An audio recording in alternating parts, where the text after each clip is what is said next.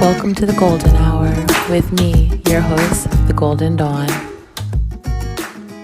Guys, welcome back to the Golden Hour podcast. We are on part 2 of our detachment episodes, and again with our co-host, Tariq Dupri. What's up? As always, an honor to be here. I'm blessed. Thank you for having me. Again, always. Yes, I'm sure everybody noticed that this Hopefully is the same again. moment. Again and again. If his schedule is permitting, hint, hint. My schedule can work itself out for you. That's what he said lots of times, but we'll just gloss over that. That's how I'm here now, but she don't want to act like this is happening. I acknowledge you sharing your time with me, and I am very grateful for that, truly. I truly am very grateful. As I am for you. We do good podcast co-hosting. This is a thing. This might be the best podcast hosting that has ever been witnessed up to this point in history. In all history. In all history. He said it, guys. I've never really seen too many podcasts that have multiple hosts.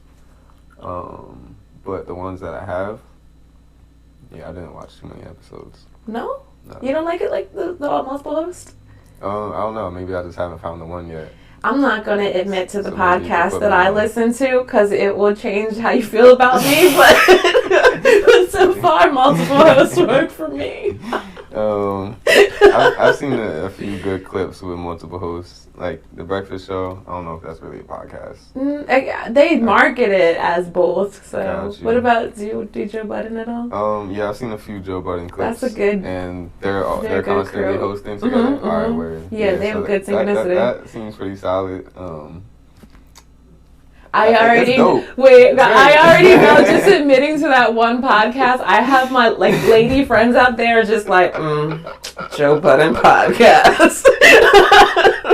Joe Budden. Sometimes, I really be feeling what he's saying, and sometimes I'm just like, bro, it's you comedy just saying style. That's what he said. Comedy style. But anyway, shout out to him because he's an OG. He's an OG. He's from back in my day. Yeah. I can't. Pump it up. Whatever he says, does, that don't got nothing to do with me. But it's all love. Let's detach ourselves from this conversation. Exactly. Let's practice some detachment right now. So, as promised, we were going to come back with some how-tos on how to practice detachment. That made me cry with just trying not to laugh. Okay. Anyway, so we've got 5 steps. It may be more. Are you going to take all the air? He's taking all the air. Can I breathe? I'm throwing it to this plant over in the corner right there so it can give us some back. This is, Law of exchange. I like I like it. Abundance. Just allowing this pure flow of positivity. Just like that. Everything I need is coming with speed. Shout out to KRS-One for that one. I like it. Anyway, let's get back to our steps for detachment. Yeah. We're 3 minutes into this and quite silly, but that's okay because the flow of energy is strong right now. I think they'll appreciate it. I think so too. This is really silly. I don't think we usually catch this silliness on any kind of, we've been on Instagram a lot and stuff. Yeah. Nobody catches this nonsense, but it's cool. It's all good. So the first step in even getting through your detachment is dealing with the acknowledgement of whatever that feeling is. So oftentimes when we're feeling the most anxious is when we're in the middle of the sticky feelings that coincide with that attachment. So when we recognize that attachment and those feelings that come with it, because that's the key focus is that you'll feel it inside that attachment. So say for instance, to bring this home, maybe you were looking for a job and you wanted this job so badly, you just imagined yourself with this job, you've already spent your first paycheck, you were in it with this job, and then you don't get it. then the feeling, that pit of your stomach, horrible feeling, that's what you're looking to acknowledge. Acknowledge the fact that I feel horrible. I didn't get what I wanted. I was very attached to this scenario. Just acknowledge it. I feel like oftentimes in spiritual practices, we feel bad about acknowledging the part of us that's human. Absolutely. And how do you get over something if you feel bad about acknowledging it? Right. You not going to until you stop feeling bad about it, truthfully. Absolutely. It's crazy because you're saying about, like, when you visualize yourself already in the job, you're attached to the outcome of, like, crushing that interview, getting in place, whatever the case may be, and then it doesn't happen. So because you were so attached to the way that it was supposed to be, or in your mind, or whatever the case may be, now you need to acknowledge, like you're saying, that it's because it didn't happen the way that you were attached to it happening. Now, within that acknowledgement, like you're saying, a lot of people can feel like shame within this, and it's like shame is gonna block you from making any other type of movement, and it's like you gotta realize that we are human, like we do make mistakes. Maybe we don't, honestly, because I feel like everything is so purposeful in this universe, so divinely scripted. That's the one. You were attached to that job thinking that this is what you needed, this is what you wanted, this is what's going to give you that feeling that you've always wanted to feel within yourself. Spirit knew that wasn't the case. Exactly. I was just about to say that. Universal source knows. Exactly. Spirit knows the feeling that you desire, what it is that you truly desire, what it is that's going to truly fulfill you. And when there's an opportunity that isn't going to align you to that path, why should there be any time taken for it, But it's like in relying and or attempting to rely on our own understanding, our own attachments and whatnot, that we've set ourselves up for disappointment. And in a way to avoid this, I would say, is probably you loved that job, you wanted to work at that job because of what it is that you were doing there, the actions you were carrying out, or the environment, the community, something about you felt like you could really serve your purpose there. So instead of being super attached to getting this job, you go into that interview with I'm happy to show up to this interview to even put out this energy of wanting to put this service into, my purpose. I'm just grateful for the opportunity to be sitting in this spot and having that moment, right? Absolutely. Just that gratitude. So right now, I'm super grateful to be right here, right now, talking about this. And it's I could have been super attached to an outcome, or just thinking, when you were talking about anxiety, a lot of times that anxiety comes from wanting to provide a service and serve, but a certain feeling of unworthiness within, we gotta come back to that at some point, that unworthiness and that self-doubt and nonsense. So it's I feel like that's the other side of anxiety, when it's we're projecting how it's going to go in a negative way instead of in the positive way.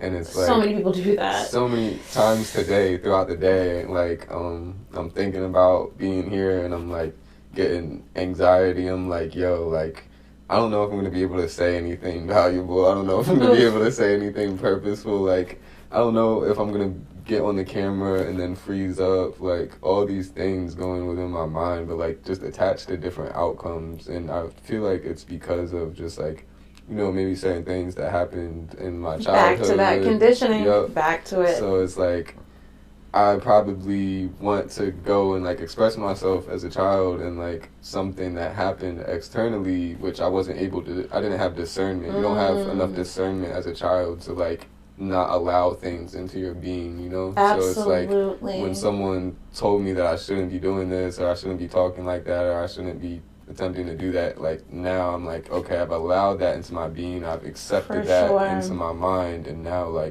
moving forward from there, there's always going to be that thought, that vibration that kind of makes me tense up and have anxiety until I really acknowledge it, like you're saying, identify that condition, identify that program, identify that attachment, and start to just realize that it's just that. It's just an idea. It's just an illusion. It never truly existed until I allowed it to exist within my mind. That made me think of something. When we were talking in the last episode about the idea of, you know, as a parent, being detached from actually my children in that way, but you saying that, I go back to the idea of that Venn diagram and how when the children are younger there's more of an overlap, but that's part of the protection. Yeah, is protecting them from those outside sources.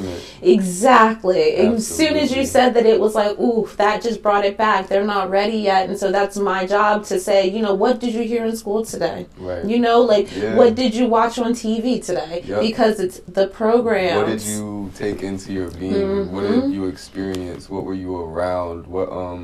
What did people say to you today? How did people make you feel today? It's so much easier to just pluck that thread of thought out from the kid when they first get it before it gets entwined in that knot they have to undo later. When it's just sitting there, like you're saying, then it sits there, it grows because they're focusing on it, and it just weaves its way into their fabric. And eventually, 3 years from now, they've completely forgotten the situation that initially made them feel that way, because there's been so many situations where that has reemerged and just like reinforced it, and because it was never dissolved right away, where it could just be as simple as like, oh, that person said that you shouldn't be doing that, don't listen to them. And then when they hear that from mom, who is their superhero, you feel me, and like you already are pouring so much love into them, like, and in this conscious parenting you can just take that out instantly and just wipe that out instantly, and just they are going to come to you to see if they should have allowed this into their being. Absolutely. And, you know, maybe sometimes they won't, because maybe sometimes they were made to feel really bad about something. But they've been conditioned in the house already on what to take and not take. So then, like, you know, through those conversations and, like, outreach to them, then you can find out if there's anything that they're not talking about. And it's, like, really, you can be their discernment, you know. I love that just because I feel that 100%. And I feel that already for like when someday in the future when I do have kids, like, I don't know, I'm gonna just be pouring into them so much and like such a good and positive and what's like the opposite of limiting? Encouraging, freedom, encouraging mentality. English teacher for the win, yes. But going back to that idea of acknowledging the feelings, if you want something badly, recognize that you want it badly. Just acknowledge it. You want it badly. If you feel the loss of something, you want it. Recognize that loss and that feeling of loss. And if you're feeling proud of accomplishing a goal that you're attached to, feel it. Because that's just step one. Feel it. You just have to go through that. Your feelings were meant to be felt. Absolutely. And not to get too off track, but it drives me nuts when people treat emotions as if there's something wrong with them. As if you're not supposed to feel the sadness that you're feeling. If you're not supposed to feel the anger that you're feeling. Your emotions are there on purpose. Feel them. Especially these intense, like, passionate emotions that you're talking about, because specifically it's something that we really need to dissolve within, like, the spiritual community, the conscious community, because there's way too much toxic, unreal positivity going around, and we probably gonna have to do we're gonna do a little EP on that. A whole EP. It's rough out here because it's like people are projecting this idea of like only feeling positive feelings, and it's like there's no such thing as a positive or a negative feeling. You know, like maybe it makes you feel energetic, or maybe it makes you feel down about yourself, but it doesn't necessarily mean it's negative or positive. And I'm gonna come back to that, but like so many people are just like, yo, like you shouldn't really be getting too upset, or you shouldn't be feeling anger, and what that does is it creates friction, it creates resistance, and it creates blockages, because what is emotion? It's energy and motion. So emotion, energy, and motion, and then what you do is all these emotions come into our body, into our energetic field, and all of that. And we need to process them. We need to externalize them. We need to allow them to flow out of us, or else they're going to sit within us. And when it sits within us and we're not doing anything to allow it to come out, that's a stagnation. Like, you know, and then there's just all this blocked energies, and that's creating mental blockages, physical blockages that can have an effect on, like, your physical body, your posture, like, Dupri, I don't know if they're ready for you right now. You giving them everything. I don't know if they're ready. Yes. You might have to rewind and listen to that one again. Yeah. I'm going to go back and listen to it again. Drop our own knowledge. I'm channeling right now. I think someone's speaking through me. Get it. Yes. Talk that shit. Get it. Yeah. So the next part is the exploring the why. This is where we start to get into the work. Yeah. You have to get into why you feel so strongly about that thing or that situation. This is what's going to allow you to become your own observer, because introspection is the key. If you're not an introspective person, I don't know what you're doing with your life. Because it shouldn't take for somebody else to tell you about yourself when you spend 24/7 with yourself. You're never not with yourself, so why should somebody else tell you about yourself? Right? Come on now. And you know why it just might be is because a lot of people are living for something outside of themselves. And this can be super positive or it can be super negative. It's often super negative. It's often super. All this toxicity. That's a rough one. Yeah. All this toxic behavior out here. Yeah. We go. All that energy out that people have been bred and conditioned to believe is positive when it's just feeding you the nonsense. I mean, again, just to go back to the one that even parenting, because it's toxic to make people submit like they're not even. I was going to say like they're animals, but I don't even believe in that. Because then what you're training them to do essentially is become people pleasers. Yeah. Sheep and people pleasers. And, you know...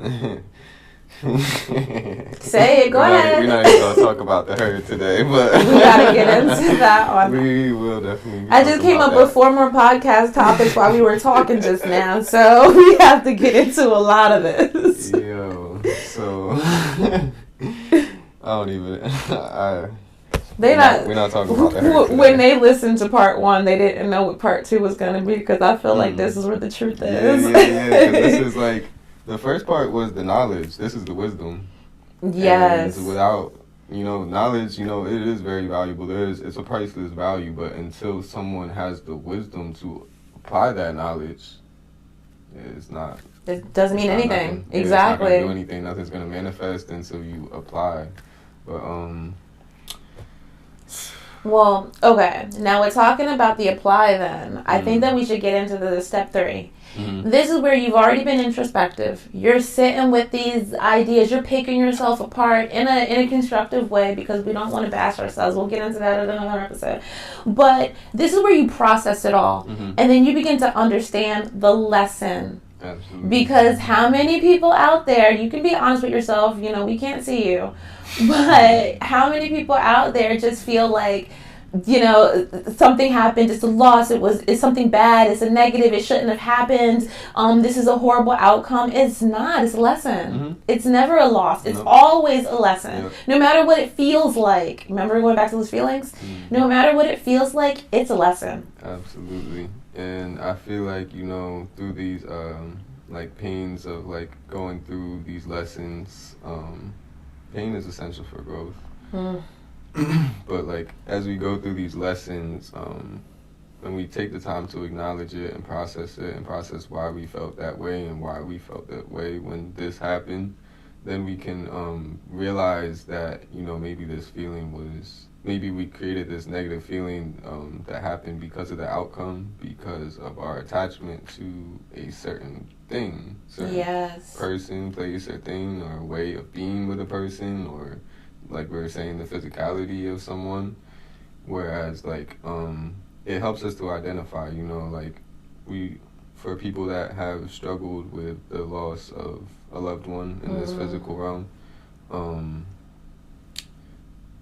that's one of the harder ones. I know it's hard to even speak on it honestly, but it really lets us know where our attachment was to that person and their physicality. Absolutely. And like I said, that person never really went away. They're still there. They've always been here. They always will be here. So it's if we were more aware and consciousness of that to begin with, I do feel like, I feel like pain is, like I said, pain is necessary. So, obviously, Absolutely. and, as a person transitions into the spiritual world, it is normal, it is natural to feel things, feel emotions, and grieve and mourn that loss. But like, I feel as though a lot of people can hold on to it, and a lot of people can let go of it, and like having this consciousness of this person is not the flesh, you know, allows us to move on so much more healthily as this person does transition into the spiritual world. And like I'm not trying to downplay anyone's mourning or grieving, because I know, like, I'm coming from a place of love, you know, and I always do and always will, and I know for a fact that like anybody that has passed on to the spiritual world, they don't want you sad. They don't want you mourning, grieving. Like, they want you to be the happiest of the happy that you could be. And they're doing everything on the other side of the veil to help you get there. Absolutely. So. Well, not to get you, I feel like you've opened Pandora's box. I don't want to open it too deeply, but I think that, and I'm going to blame it on Western society. I'm going to go there. You can blame it all. But I feel like Western society has made death unnatural. Yeah. Absolutely. They made it sound like it's something that doesn't happen, shouldn't happen, is odd to happen. That when people say they went too soon, they weren't old enough to go, there's no time stamp on you like that. Like, you don't, there's no, a one day of life could be what your time is. 17 years could be your time. I could not be here tomorrow, and that is my time. And it's not that I'm too young, too old. That's not a thing. Death is as natural as birth. Yeah. People celebrate birth, new life, entering this earth. Why don't we celebrate death with that life transitioning back to source? Death is birth. And birth is death. Because you were already... Y'all not ready? He was already existing before you came to this life. You were already in a form. You had to exit, or at least like transmute that form in some sense of way to come into the physical reality. And in the same way, when you return to the spiritual world, you will exit this vessel, this physical vessel that has contained your energy for the time being, and then you will return to your original state of being. So birth is death, death is birth. There's really no difference at all. Yo, you just be saying the things right now. I don't know if this is a solo podcast anymore. I think that we might have officially turned the corner on this I wanted to touch on something else that you were saying too. With Western society, I feel like the people that I do feel like we're in the age right now where all these old illusions of Western society, all these old manipulations, the veil is pull back lifted, the veil. I was about to say, yep. The Western society, Western culture, I don't even know what you want to call it, like philosophy, all this stuff might as well have been the veil itself, you know? Might as well be the blindfold that's been covered over our third eye. I think we might be free to just call it what it is. Nah, so seriously, I do feel like that's what you were saying, like they've made that unnatural. But everything about this culture is so based on like manipulating people through fear. So like I feel like the people that you know are reaching an old age, most of them at this point, very old age, are so, they're dying, they're killing themselves, they're killing other people on this immortality project, you know? Yes. And what they fail to realize is that they've always been immortal. Yeah. You're striving for something. You're striving so hard for something that you already are. Exactly. You're trying to replicate something that already exists. But wait, we do that on every level. We're trying to replicate wealth when we are wealth. Yeah. We're trying to replicate like security when we already have ultimate security. Absolutely. Everything is just like a replication, but like that is just so... It's disconnected from the true concept of what immortality is. Yes. And it's like, I can't imagine like just trying to forever exist in this physical plane in this. Who wants to? Because it's like you don't even know what is possible. You don't even know what is beyond this life. You don't even know what you're limiting yourself from by even being so connected, attached to this physical plane. You don't even know what's here now. Like, you don't even see what's here now to the full extent. And, like, all I'm going to say is, start putting some Start taking in nothing but high vibrations. Start meditating. Start getting out in the sun. Start connecting with nature. And do that for like 30 days. Do a long meditation and open your eyes and see the world that you've been missing out on. You'll see it so quickly. I know over this summer we spent a lot of time just communing with nature, out in the woods, hiking and stuff. And I know there were times when we looked at each other and were just like, do you feel this energy? And like, I know that I feel like a different person from the start of the summer versus now, just through all the time that we just spent just like harvesting crystals and talking to plants and you meditating while we're hiking up mountains. We did all, Yeah, and it's just like, the point is, there's so much here in this earth, in this reality that you haven't experienced. So imagine beyond this, imagine. You can't. Beyond, you can't even. Because your imagination exists here. Yes. But like, the point is that you can't imagine it. The point is that there's something so grand and magnificent out there beyond this life that it's completely imperceivable. Okay, so wait. That just takes us straight out to the fourth one. That's the fourth step in this is that getting excited part now. Yeah. Because you've been introspective. I'm very excited. You're always excited. I'm glad you're excited.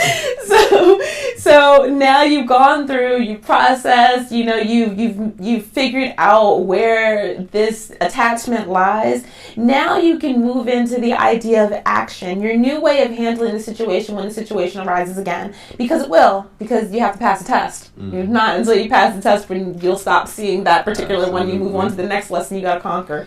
But so, exactly. So as an example of that one, this is where you're going to that new job. You remember you just got turned down for a job, so you're coming back to a different job, and you've got a new level of excitement with just the idea of doing a good job in that. You're motivated by being awesome. You're motivated by the idea of this is just universally yours, and you're not motivated by something externally like I gotta pay bills. You're not sweating that kind of stuff. That adds pressure. That adds friction when you're worried about bills and all that kind of stuff. You're just happy because you're the person for the job and you're the one going for it.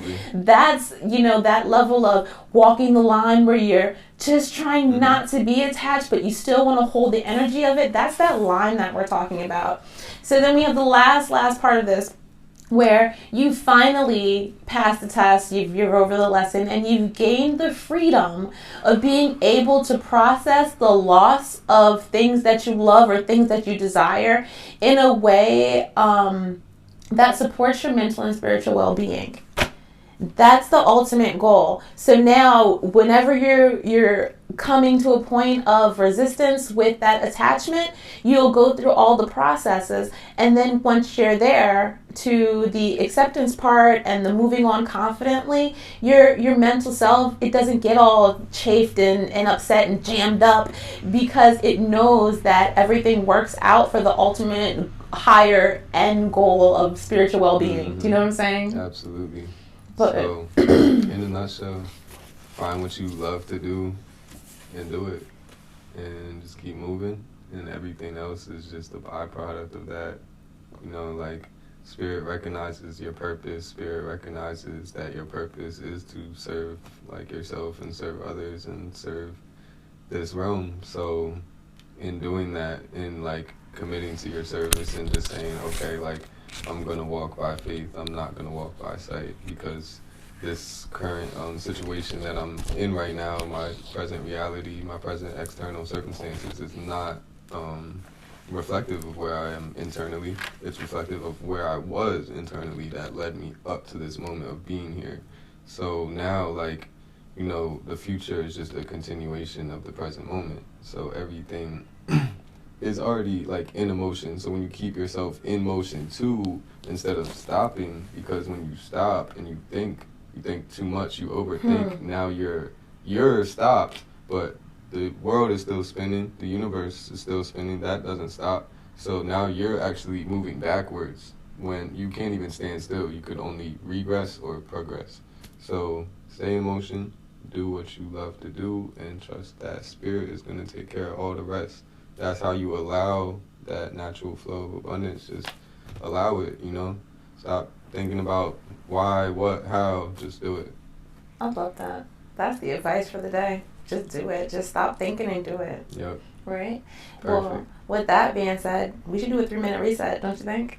I would not have it any other way. All right, guys. So everybody out there, go ahead and get comfy. I'm getting comfy. Put both feet on the ground.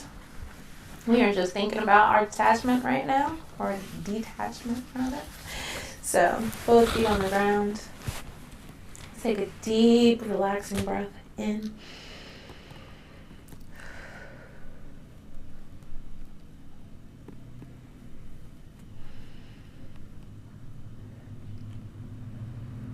Relax your forehead. Feel all the wrinkles smooth out from your tense brow.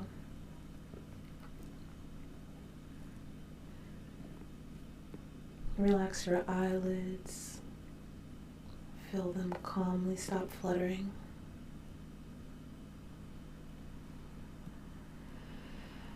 Drop your tongue from the roof of your mouth. Feel your jaw go slack.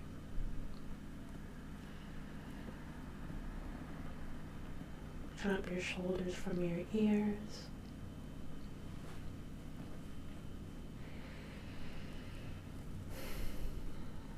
Press your back into your seat comfortably.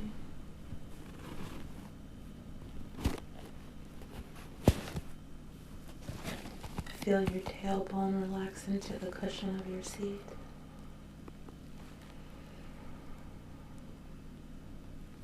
Now let's just breathe,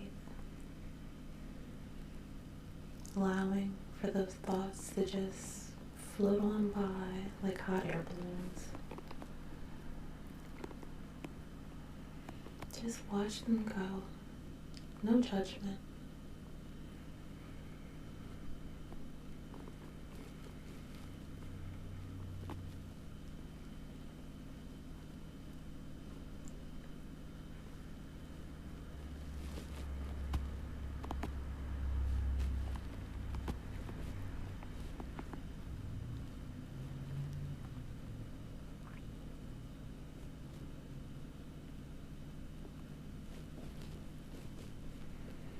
Now let's set your intention for the rest of the day. For me, I will practice detachment from all things that are earthly while practicing my engagement with those things positively.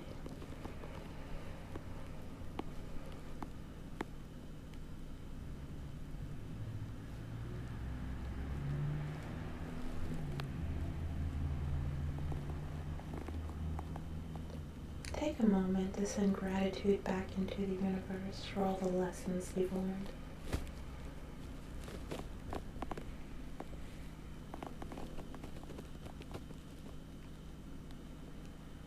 Now open your eyes and you're ready for the day.